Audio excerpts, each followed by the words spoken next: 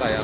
देखिए, जैसे माननीय मुख्यमंत्री जी ने भी बताया है कि हम लोग हरिद्वार में जो हमारे फ्लाईओवर के नीचे स्पेसेस हैं उनका ऑप्टिमम यूटिलाइजेशन करेंगे। आपने देखा गया जैसे हमारे यहाँ बड़े आश्रम और अखाड़े बहुत सारे हैं, बच्चों के खेलने के लिए हमें और कोशिश करनी पड़ेगी कि कुंभ में और कावड़ में ज़्यादा स्पेसेस ऑक्यूपाई हो जाते हैं। तो ऐसे हम ब्लैंक स्पेसेस सोच रहे हैं, ऐसे डार्क स्पेसेस जहाँ अतिक्रमण हो जाता है या फिर गंदगी फैलती है, उनको हम स्पोर्ट्स जोन्स में कन्वर्ट कर रहे हैं। तो यहाँ हम लोग कोशिश कर रहे हैं कि एक बास्केटबॉल कोर्ट, फुटबॉल की खेलने की व्यवस्था, बैडमिंटन, स्केटिंग रिंग, एक पार्किंग और 2 पार्क आ जाएं। पार्किंग में 10 के करीब गाड़ियाँ खड़ी हो जाएंगी और 40 से 50 हमारे 2 व्हीलर्स खड़े हो जाएंगे। तो जो लोग खेलने आएंगे इंटरनली मूवमेंट होगा उनका, ताकि वो लोग को कोई ट्रैफिक से कुछ प्रॉब्लम ना हो और सेफ्टी भी रहे बच्चों की जो खेलने आ रहे हैं। तो ऐसी सुविधा हमें मिलेगी तो बच्चे रात को भी यहाँ खेल सकते हैं, टूर्नामेंट्स भी आप ऑर्गेनाइज़ कर सकते हैं, एक माहौल अच्छा बनेगा, बच्चों को खेलने को मिलेगा।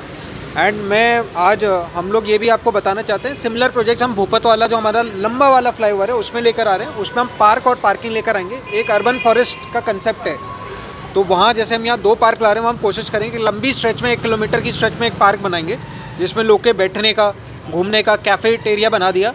तो एक अच्छा हरिद्वार की जनता को एक मिलेगा, ये सौगात मिलेगी, जिसमें हमारे सीएम साहब का बहुत बड़ा योगदान है, उनका इंस्पिरेशन है कि हम लोग इस प्रोजेक्ट को धरातल पे उतार पा रहे हैं। ऐसे कितने स्पोर्ट्स चिन्हित किए हैं जिन पे की ये योजना चल रही है? जैसे एक तो ये हो गया, इसके अलावा भी दूसरा कहीं है सर जिसमें स्पोर्ट्स का देखिए, मेन तो अभी जो भूपत वाला है उसमें हम पार्क और पार्किंग पे मेन फोकस रहेगा, क्योंकि स्पोर्ट्स जोन एक हमारा ये बन गया।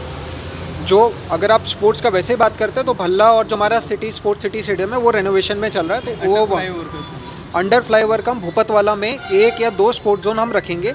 बट मेन उसमें जैसे 1 किलोमीटर का 500 मीटर का पार्क आया, फिर 1 स्पोर्ट जोन डाल दिया, फिर हमने 500 मीटर का पार्क लिया, पार्किंग ली, फिर 1 स्पोर्ट जोन डाल दिया, बजाय लगातार लेने के। क्योंकि आप देखते हैं वहाँ बहुत सारे होटल्स भी हैं और तो गाड़ी पार्किंग का बहुत इशू आता है, और सिमिलरली वहाँ टहलने के लिए कोई पार्क्स नहीं है और बहुत सारे हमारे बाहर से लोग आते हैं। इनफैक्ट जो लोग कंखल में रहते हैं या इस एरिया में रहते हैं उनको भी अच्छे पार्क्स अवेलेबल नहीं हो पाते, तो वो हम वहाँ वो वाली फैसिलिटी अवेलेबल कराएंगे। इसके साथ ही हमें जहाँ जहाँ स्पेसेस मिलेंगे, इवन इन रुड़की हम ये वाले प्रोजेक्ट्स लेकर आने वाले हैं। अभी कोशिश कर रहे हैं कि 26 जनवरी तक इसका माननीय मुख्यमंत्री जी के शुभ हाथों से हम उद्घाटन करवा पाएँ।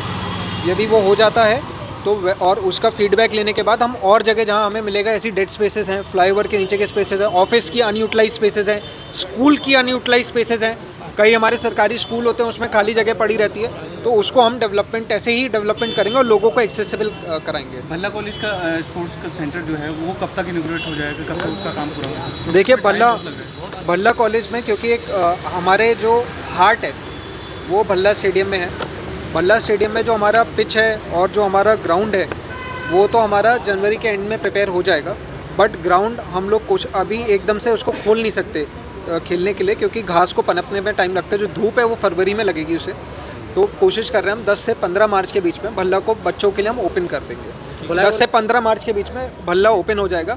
साथ ही साथ आपको ये भी बता दें, भल्ला में हम लोग वहाँ नहीं रुक रहे हैं, ग्राउंड ओपन रहेगा। ग्राउंड के साथ साथ हम 2 एक्स्ट्रा पवेलियन वहाँ लेकर आएंगे, जिसमें हमारा media box, player waiting area, आपका ये कमेंट्री बॉक्स और एम्पायर एरिया, ये सब लेकर आएंगे ताकि रणजी टाइप से हम मैचेस करा पाएँ। हम लोग ये भी प्लान कर रहे हैं उसमें कि वो 60 मीटर की मिनिमम बाउंड्री रहे और जहाँ ज़रूरत पड़ेगी वहाँ 65 मीटर या 70 मीटर तक भी चले, लेकिन 60 मीटर की मिनिमम रहे। उसमें थोड़ा डिमोलिशन आएगा तो थोड़े स्टेप्स हटा के हम पीछे कर देंगे, और जो हमारे नए पवेलियंस आएंगे उसमें हम ज़्यादा स्पेस रखेंगे लोगों के बैठने का।